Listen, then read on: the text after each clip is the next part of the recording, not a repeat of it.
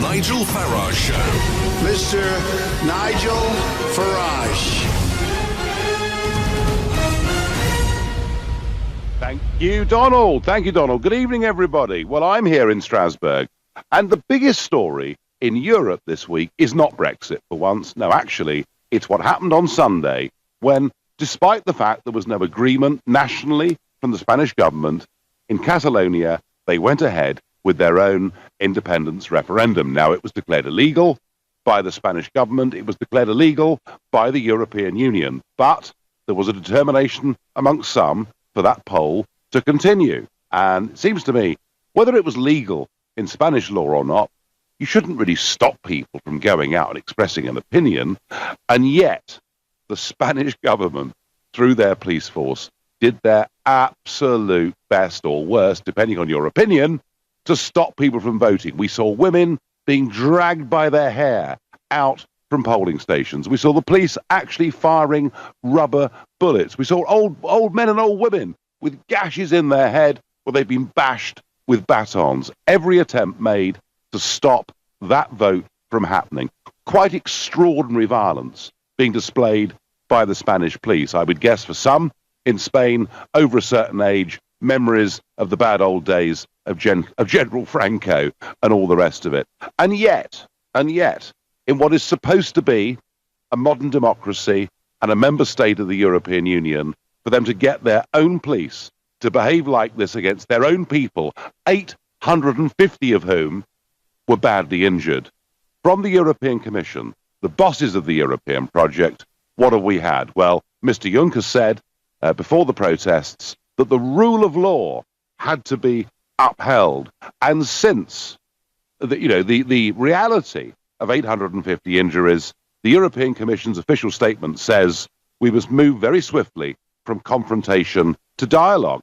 Mr. Juncker today was said to be in listening mode, and the Commission called in these times for unity, stability, not divisiveness and fragmentation, by which they mean they disapprove of what the Catalonians want to do. At no point from Mr. Juncker or the Commission or any of our bosses here in Brussels and Strasbourg has there been one word of condemnation about the violence used by Spain's police. And this is how I address Mr. Juncker and the EU Parliament here in Strasbourg this morning. Mr. Juncker comes here for his one appearance in the Strasbourg session this week, and there is absolutely no mention made of the dramatic events that have taken place inside a European Union member state that is allegedly a modern democracy. Now, one of the reasons that I always wanted Brexit was because I thought the system of lawmaking, whereby the Commission has the sole right to initiate legislation, was something that would in fact damage and in the end destroy any concept of national democracy. And yeah, I've called the European Union undemocratic, I've called it anti-democratic, but never, ever in my fiercest criticisms here did I think we would see the police of a member state of the Union injuring 900 people in an attempt to stop them going out to vote. Whether or not it was legal nationally for people in Catalonia to have a vote, surely people are allowed to express an opinion. We saw women being dragged out of polling stations by their hair, old ladies with gashes in their forehead. The most extraordinary display. And what do we get from Mr. Juncker today? Not a dicky bird.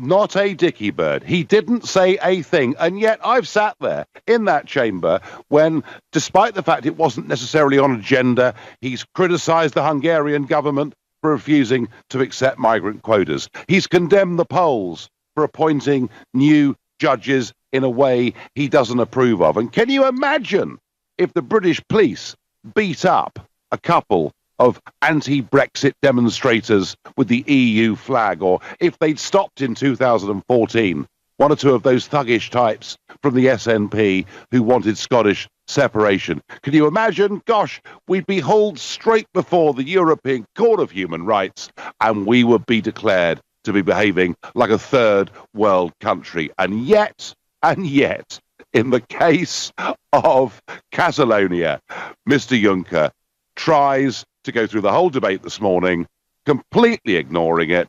And I'm asking you, do you think I was wrong to criticize Juncker in the way that I did? If you do, call me on 0345 6060 973. Maybe you think it's absolutely fine and dandy for the Spanish police to behave like this, in which case you can text me on 84850, and you can tweet support or criticism for my position by using the hashtag Farage and LBC at LBC. You can watch us live on Facebook and, of course, comment there too. And I'm pleased to say we're going straight to Spain, and my first caller is Joseph in Alicante. Joseph, good evening.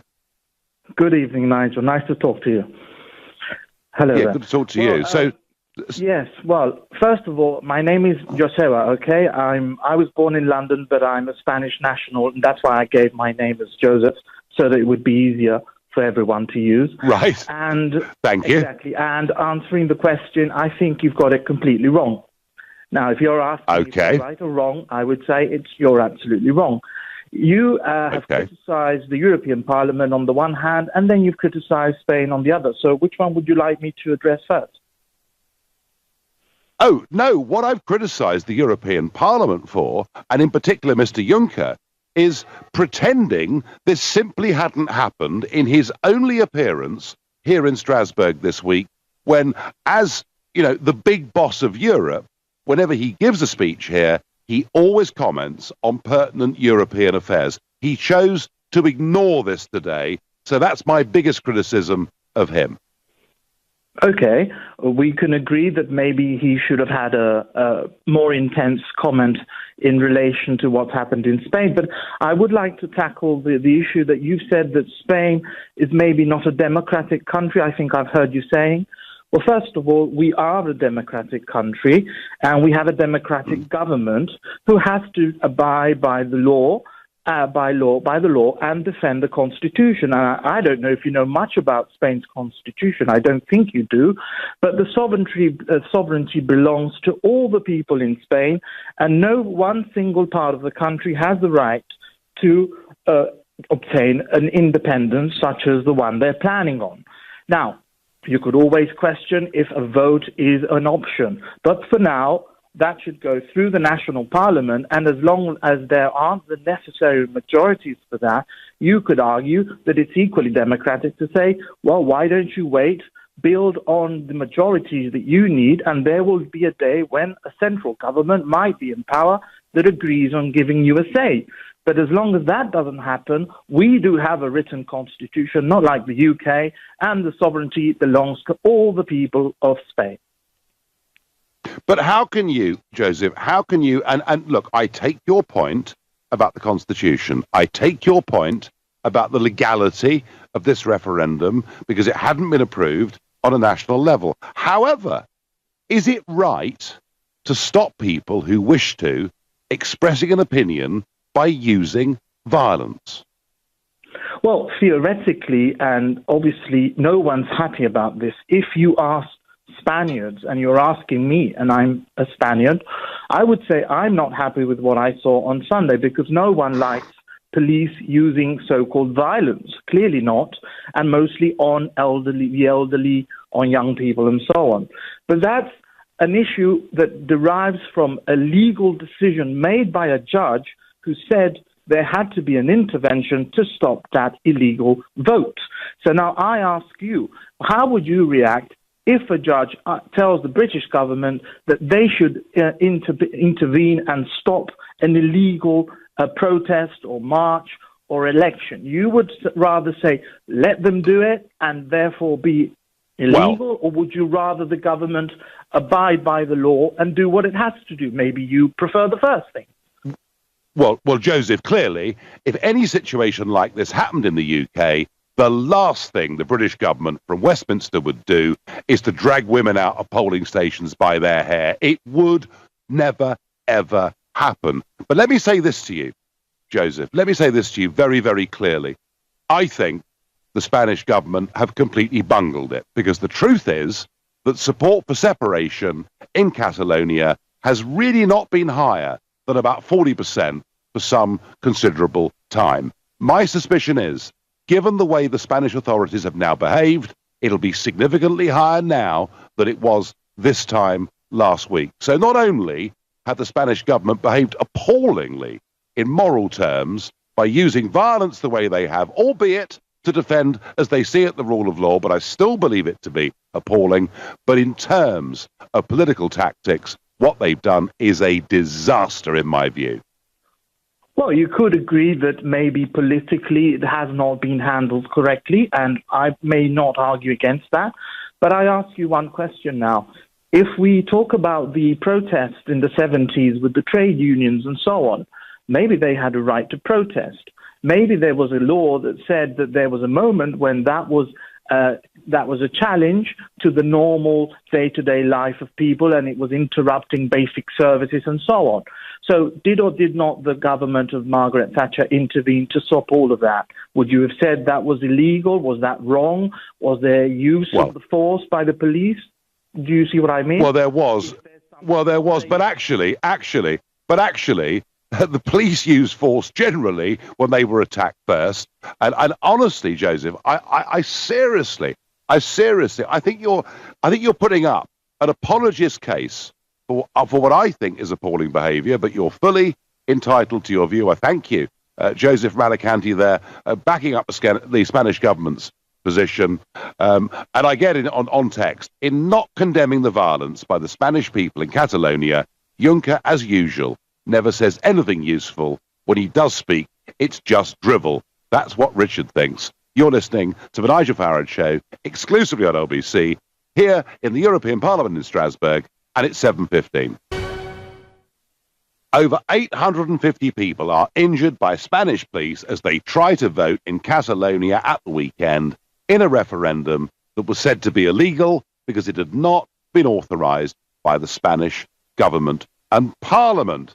And I'm saying I can't believe that not only has Mr. Juncker chosen today in the European Parliament to ignore this, but that the European Commission themselves, in their official response, say it's the time for unity and stability, not divisiveness and fragmentation, by which they mean you naughty people in Catalonia. How dare you try to express an opinion? And nobody in the European Union has condemned that behaviour by the Spanish police. Believe you me, if the British police had behaved like that against some anti-Brexit demonstrators, goodness knows we'd never have heard the end of it. David, I think, on Facebook, has got this completely right in my view. He says, you can't tell people that holding a vote is illegal. You can only say the vote has no legal force. Bang on, David. That vote, under the Spanish Constitution, had no legal force. But to tell people they're not allowed to go and express an opinion, surely this is back to the bad old days of Franco and totalitarianism. Nothing like burying your head in the sand. That'll make it go away, I get on Twitter. And Christiana says, I think what happened in Catalonia was absolutely disgusting. I'm appalled. Peter in Hartford is my next caller. Peter, you've never called the show before. What motivated you? Hi, Nigel. Thanks for having me on. I think I'm just I am so outraged at what I've seen, and I should say at the outset, I'm afraid I have to be honest. I'm no fan of yours, and I wouldn't be a pro-Brexit person by any means. But moving on from that.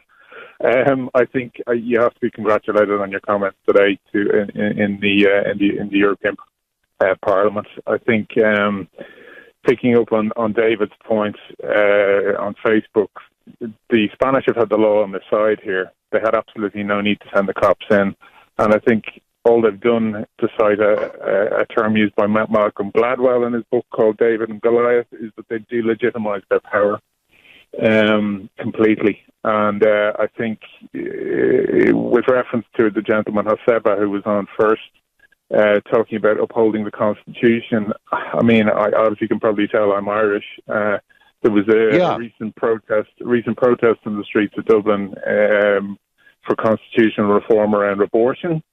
Now, I didn't see any cops out in the streets beating the crap out of, people protesting for constitutional reform in Ireland. Okay, slightly different. It hasn't been declared illegal, but at the same time, to send the cops in as they did is totally undemocratic. And by the way, I've been on the receiving end of treatment from the Spanish police at football matches in Spain. I support Liverpool. I've been over there. They're incredibly aggressive and thuggish even when they get the sense, I think. And the pictures that we've seen on the television are disgraceful. And I think they are. Mr. Juncker, they are. Sorry, if I could just make one more point. I think from Mr. Juncker's perspective, he does have Article 7 in his locker. Now, I know that's a pretty heavy lever to pull, but how can he condemn the Poles and the Hungarians? As you've rightly said, how can he condemn the Poles and Hungarians and not even chastise the Spanish behaviour? I mean, I appreciate the bind that the EU are in at the moment. They have to be anti-separatist. They can't be seen to be supporting the Catalans, especially in a post-Brexit environment. We get all that, but there has to be proportionality in all of this. And for politicians to appear on Channel 4 News, as one of them did last night, and call the response proportionate is absolutely insane. It's beyond Peter. It's beyond belief. But let me tell you something that I think is an interesting parallel. You talked about Ireland. Let's think about Ireland in 1916, the Easter Uprising, the post office, and all of that, Peter. What was really interesting to me, the more I've studied this, is that when that happened, actually, support for Irish independence was in a minority, okay? And a lot of people were not sympathetic to the uprising. But when they saw the British respond by sending the Royal Navy up the Liffey to start shelling parts of Dublin and then rounding up the ringleaders and shooting them, actually what happened was that view that they didn't want the British, they didn't want London governing them, became a lot stronger. And what I think, Peter, I think the catastrophic mistake that the EU have made by not condemning violence and the Spanish government have made by using it is, I think, Peter, that this week there'll be a lot more separatists than there were last week. Would you agree with that? All they've succeeded in doing is, I don't know very much about the Catalan separatist movement up to now, and from what I understand, you correct me if I'm wrong, it's a wealthy part of Spain looking to get away from paying from the poorer parts of Spain. And really, I have no interest in that. But when I see police on the television beating up elderly people and women and all the rest of it, you can't but sit up and take notice now. And I think it's the lack of humanity, I think, really, on the part of the EU here is unacceptable. I mean, it's one thing to have us Spain, but at the EU level, that's not good enough. No, Peter, I agree with you. I thank you very much indeed for your call. Will mentioning the violence in Catalonia benefit Juncker's position? If no, then there's your answer. Sorry, that isn't good enough. Is this an indication for future behaviour from the EU against dissenting populations in member states? Asks David in Hereford. Well, David, I can tell you that there are 7 member states who have pressed ahead and have formed a Euro gendarmerie force. They have 900 officers. There are 2,300 more in training, and they are a militarised police force to be used to put down dissent. And when Theresa May was Home Secretary, she was asked in the House of Commons, would she rule out the Euro gendarmerie force ever being used on the streets of Britain, and she wouldn't answer the question. And I suspect that if it's acceptable to Mr. Juncker and the Commission for the Spanish police to behave like this, I actually do genuinely think that at some point in the future there will be rebellions against not just governments, but the European Union as a whole, and I think we've seen a specimen of how they might well be treated. Sadar is calling me from Red Hill. Good evening. Hello, Nigel.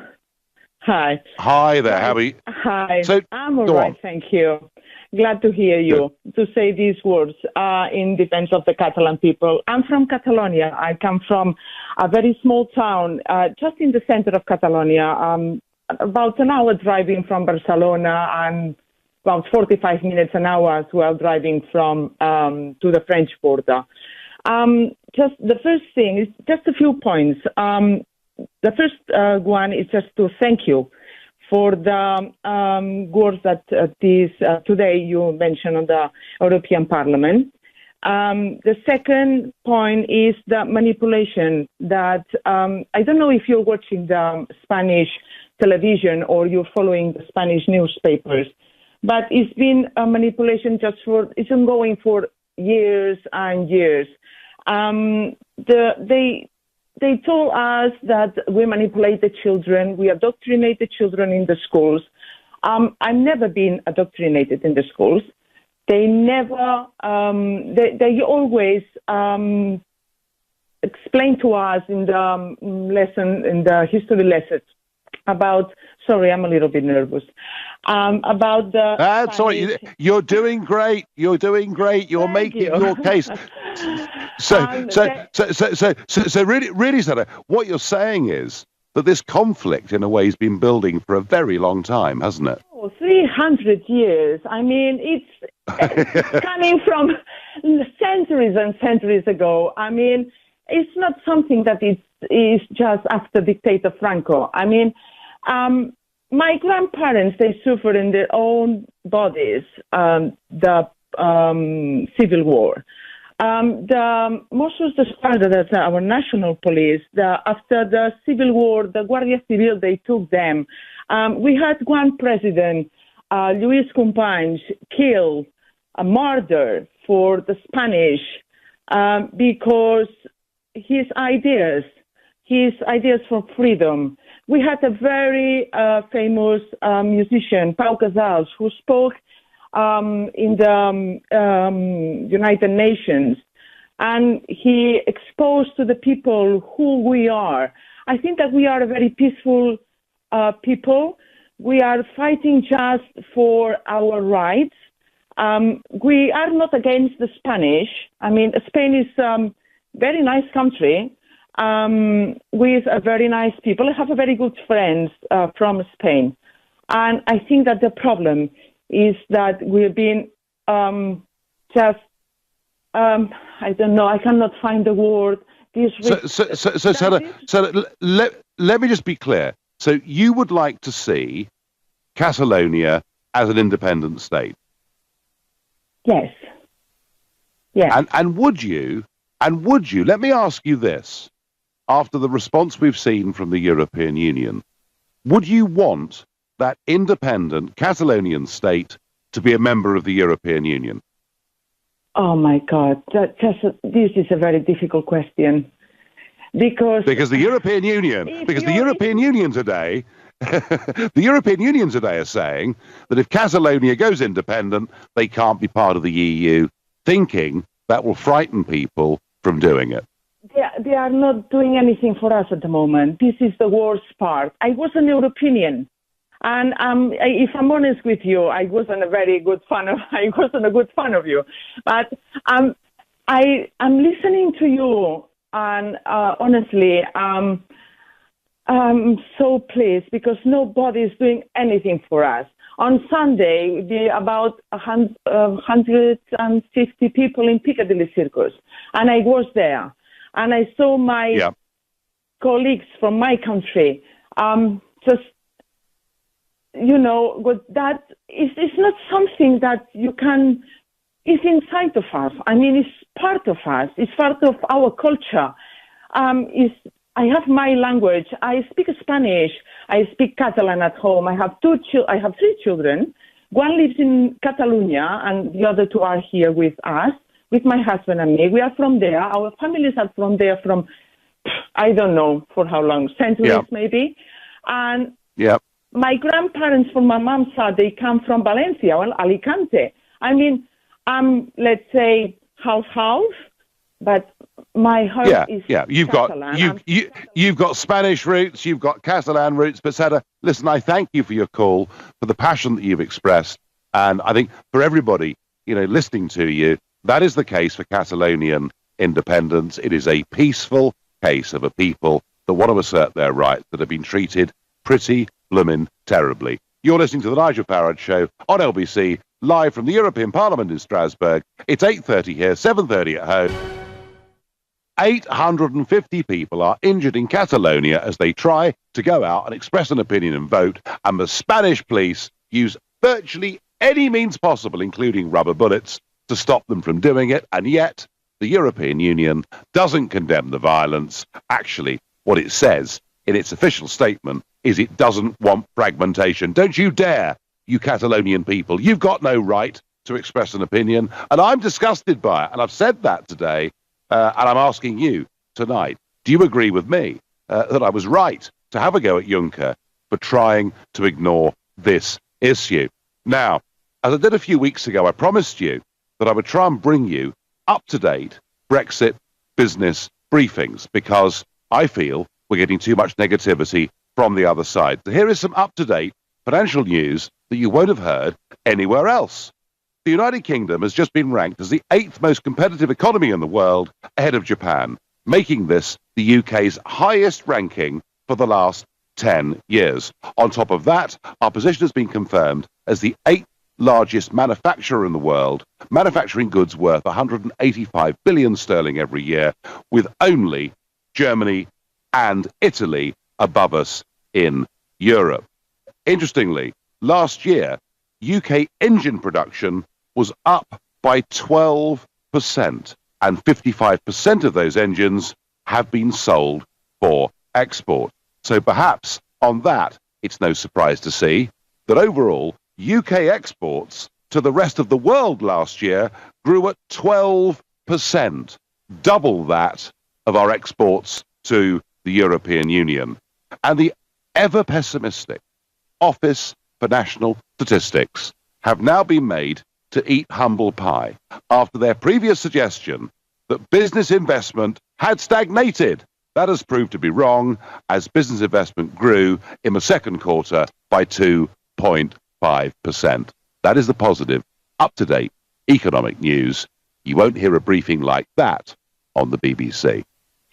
Now, politics. I've been having a go at Mr. Juncker. Let's have a look at somebody else now, shall we? Alan Duncan. Sorry, I apologise.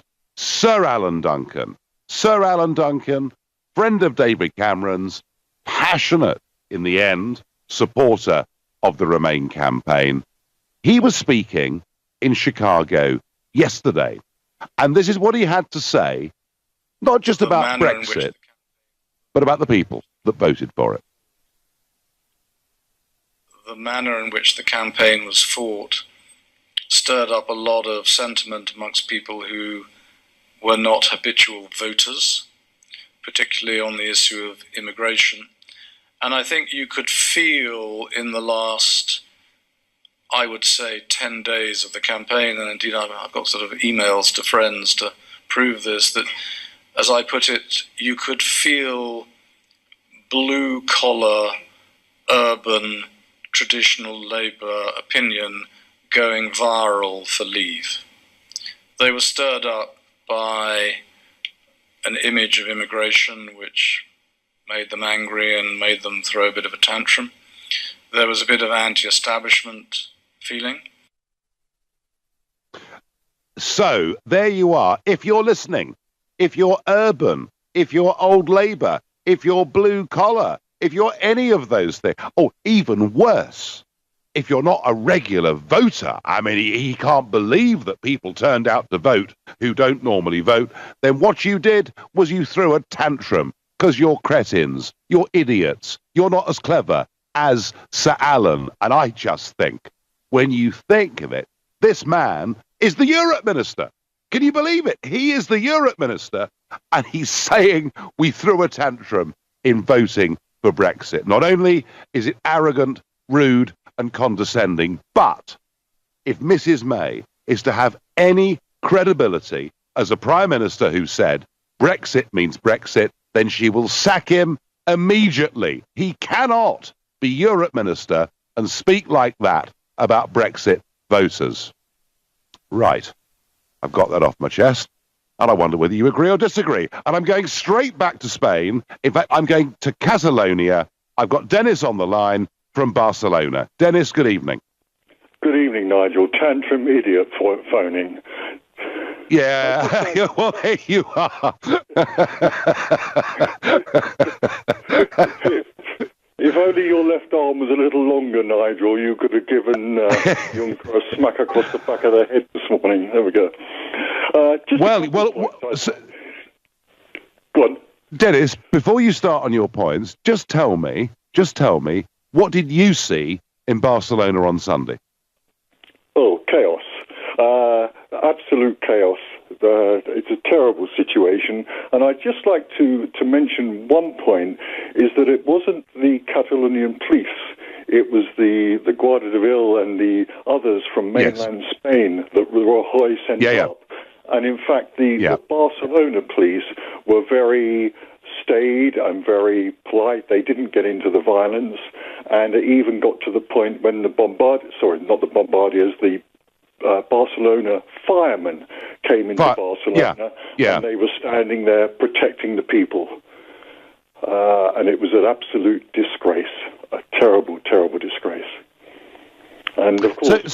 So Dennis, why will the European Union not condemn the Spanish government authorising its police to behave in this way?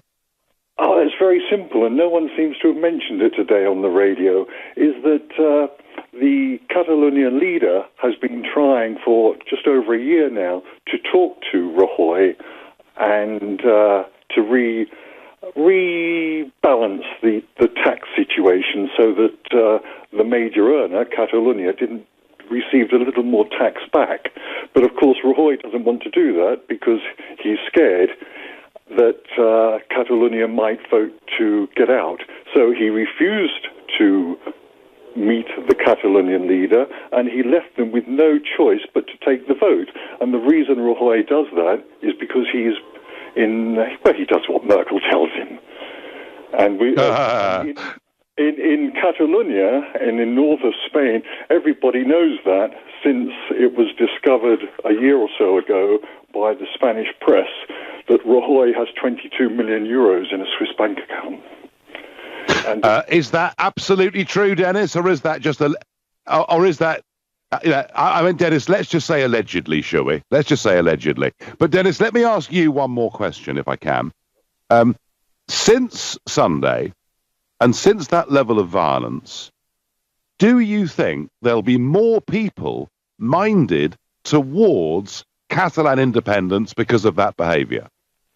Oh, Rajoy has sealed the deal, yes.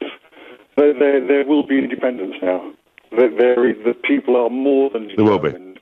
And they are being backed by people in Spain who otherwise would have objected. But the performance Dennis, you've made some great points, Dennis. Your line is going very bandy, but that was good. That was some real sort of testimony from what Dennis saw there on the ground. I get by text, hi Nigel, totally agree with you. I was absolutely disgusted with the Spanish police beating people with batons. I was horrified, says Anne in Blackburn. I get by Twitter, I never liked listening to you before on LBC, but after what you said today, you are my new hero. Well, that's incredibly sweet of you. Thank you. And I'm going to go to Susan in Wembley. Susan, what's your view? I mean, was I right or wrong to attack Juncker the way I did for ignoring and refusing to condemn that violence? Hi, Nigel. First of all, you were absolutely right to condemn what happened. That was disgusting. But I really have 2 points to make. I'm originally from Latvia, and when we had our independence to claim and fight, that was like 91, 89. Catalans stood with us in the Baltic Way. They were there for the barricades. They helped us. The independence anthem that they are singing now is actually a Latvian song. And they did a Catalan way in 2013 that was organized by Latvian people. And I'm disgusted that Latvian Prime Minister nor the President said anything. They completely sold out to the bigger power. Completely. How can you forget something that happened? When I was 4, I was there with them. So that was absolutely disgusting. And the second point Susan, I'd never ever heard that before, that Latvian Catalonian link. So that's fascinating. And your second point, quickly if you can. Yeah. Second point is Catalonia needs to become independent. That they need to do it now, and European Union will do absolutely nothing about that. And I tell you why. Because they won't throw out one of the best economies out of European Union, because all the South is struggling. If you look at Spain, if you look at Italy, Catalonia is good economically. Secondly, if they say it is. You're out. If you're out, that means you just said, "Oh, that's an independent state." Then you just admitted they're independent. Well. Do you know what? Do you know what, Susan? The Brexit Club maybe is about to get a little bit bigger. Listen, thank you very much for that fascinating call. You're listening to the Nigel Farage Show, exclusively on LBC, live from the European Parliament in Strasbourg, and it's 7:46. I've had a real go at Jean-Claude Juncker today. He tried to ignore the violence that Spanish police used against people trying to vote in Catalonia on Sunday. 850 of them wounded, some of them quite seriously. Now, I'm asking you, am I right or wrong about that? But before we return to that, and it's been great to take phone calls from Spain and from Spanish people, indeed, living in the UK. But before I get to that, we've got 2 more days to go of the online auction. As you know, I'm asking you to bid to come and have a lunch with me. It'll be on a Friday afternoon when I'm not broadcasting. It'll be at Franco's Italian restaurant in the centre of London, and tremendous it is, and thank you to them for providing this. We're doing it for Global Radio's Make Some Noise, and the idea is to help youngsters and their families living with illness, disability, or a lack of opportunity. To bid for this prize, to come and have lunch with me, and hopefully a fun afternoon, go to lbc.co.uk. These bids are open now. It closes at 7:45 on Thursday, 5th of October this week. You've got to be 18 to enter, and by going to lbc.co.uk, you can read the all-important terms and conditions. That is now at £4,100. So if that's too much for you, something else that may be in your price range is you can, if you want, on Wednesday, the 10th of January, come to the Hippodrome Casino in London. I'll be appearing on stage there. Again, I'll be doing it for Global Radio's Make Some Noise. And again, go to lbc.co.uk. Tickets start from £85. I'm going to go to Mike next. Mike in Leatherhead, who's never called us before. How do you feel about this, Mike? Was I right to have a go at Juncker? Well, I don't think you are right. I just think that you've been a little bit partial or impartial in a way. But before I got 2 points to make here. I got a point and a question to ask you. Before I can make a point, I want to ask the question. Can you tell us? Yeah, can you tell us which part of the European Union law or constitution that says that they should intervene in internal affairs? That's the first question. And secondly, I want to know that I want to ask, because these are things that I've seen and I've seen going on in this country.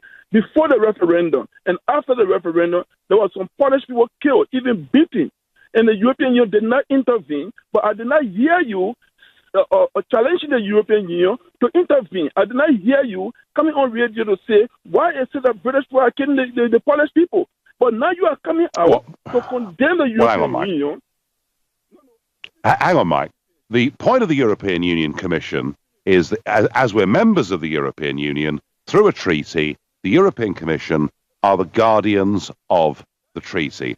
And the European Union puts itself up to be, in its own treaties, as a peaceful, democratic union. Now, the point, Mike, is whether it's Hungary, whether it's Poland, whoever it is, if the European Union are not happy with the way a member state government is behaving, Mr. Juncker always says so. And he does it here in Strasbourg once a month at the big get-togethers. And what I'm saying is he has literally turned a Nelsonian blind eye today to something that has seriously injured 850 people.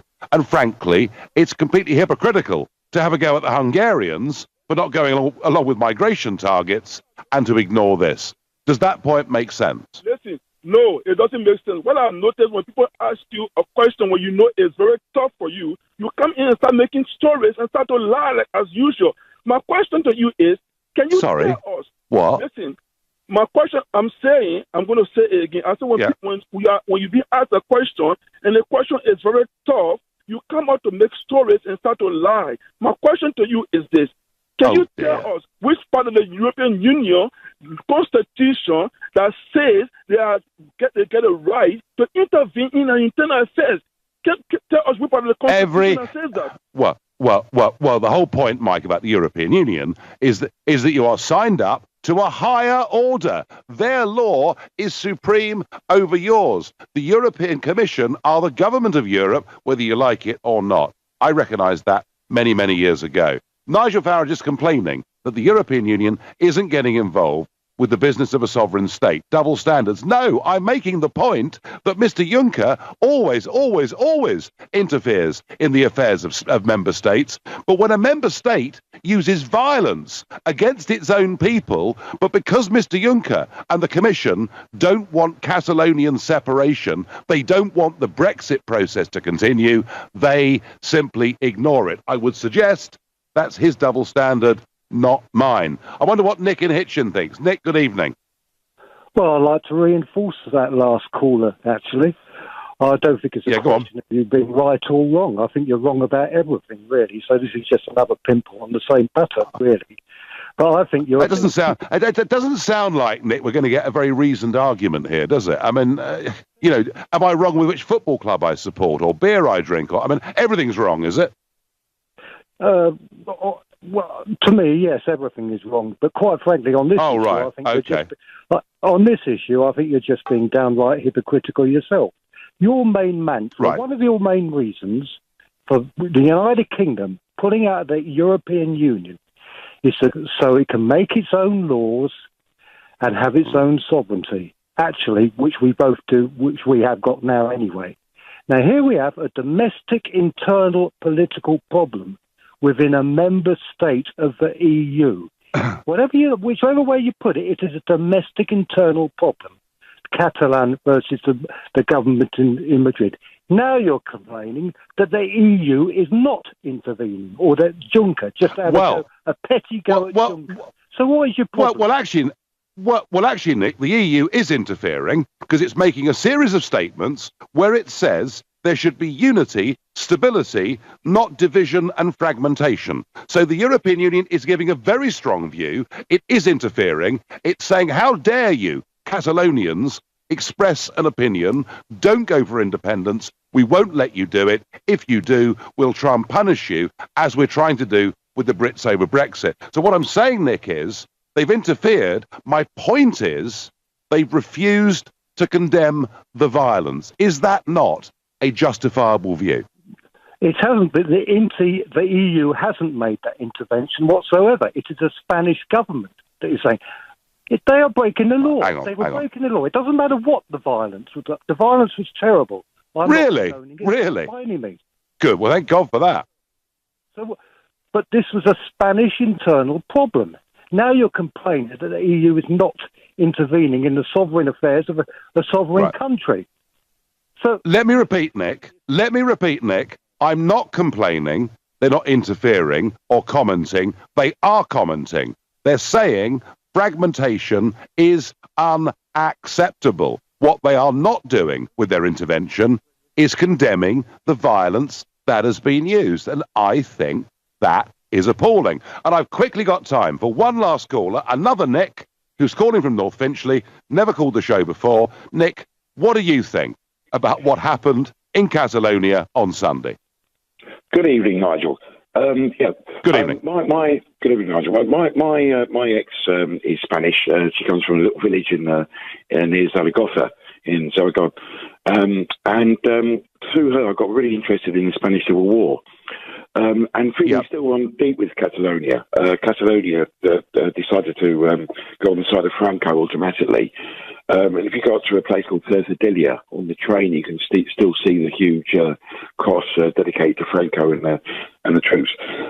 It's impossible to the Spanish government to let Catalonia have its independence, because that will create a domino effect with Galicia, the Basque Country, and all that sort of thing. Although I agree 100% with Brexit, to be honest with you, Nigel, I really do, but I have to understand the Spanish government that they cannot allow Catalonia to have its independence. They go two-sided. I mean, I've been to a place called Ceuta and Melilla, which is Spanish enclaves in Morocco. And when I hear the Spanish government say about Gibraltar, I take great joy in phoning my ex and mention Ceuta and Melilla. No.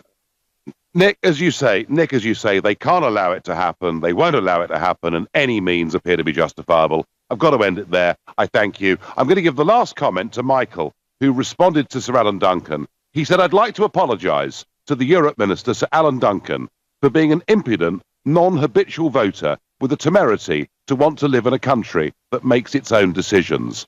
He has got to go as Europe Minister. You've been listening to the Nigel Farage Show on LBC. I'm back tomorrow at 7. Coming up at 10, it's Ian Collins, but up next is Clive Bull.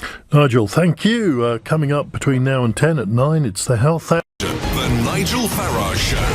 Mr. Nigel Farage.